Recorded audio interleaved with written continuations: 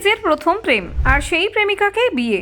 রবিচন্দ্রন অশ্বিনকে তো খেলার মাঠে দেখেইছেন, 22 গজে অশ্বিনের দুর্ধর্ষ পারফরমেন্স দেখেছেন, কিন্তু জানেন কি অশ্বিনের লাভ স্টোরির কথা? হ্যাঁ, সিনেমার থেকে কোনো অংশেই কম যায় না অশ্বিনের প্রেম কাহিনী। দেখুন, রবিচন্দ্রন অশ্বিন ভারতীয় ক্রিকেটের একজন কিংবদন্তি স্পিনার। তার জীবনের একটি বিশেষ অধ্যায় নিয়ে আলোচনা করা যাক। তার প্রথম প্রেম। অশ্বিনের প্রেমের গল্প শুরু হয়েছিল স্কুল জীবন থেকে, যখন তিনি প্রীতি নারায়ণের সঙ্গে পরিচিত হন। এই সম্পর্কটি কেবল একটি সাধারণ স্কুলের প্রেম নয়, এটি সময়ের সঙ্গে সঙ্গে গভীর এবং স্থায়ী হয়ে উঠেছে। অশ্বিন এবং প্রীতি একে অপরকে স্কুলে প্রথম দেখেন। তাদের মধ্যে একটি স্বাভাবিক আকর্ষণ ছিল, তবে অশ্বিন কখনো তার অনুভূতিগুলি প্রকাশ করার সাহস পাননি। তারা একসাথে সময় কাটাতে শুরু করেন এবং ধীরে ধীরে তাদের মধ্যে ঘনিষ্ঠতা বাড়তে থাকে। এই সময় অশ্বিন বুঝতে পারেন যে তিনি প্রীতির প্রতি গভীরভাবে আকৃষ্ট হচ্ছেন। পরে তারা একসাথে SSN কলেজ অফ ইঞ্জিনিয়ারিং চেন্নাইতে পড়াশোনা করতে যান। কলেজ জীবনে তাদের সম্পর্ক আরও দৃঢ় হয়। একে অপরকে সমর্থন করা এবং একসঙ্গে বিভিন্ন চ্যালেঞ্জ মোকাবিলা করার মাধ্যমে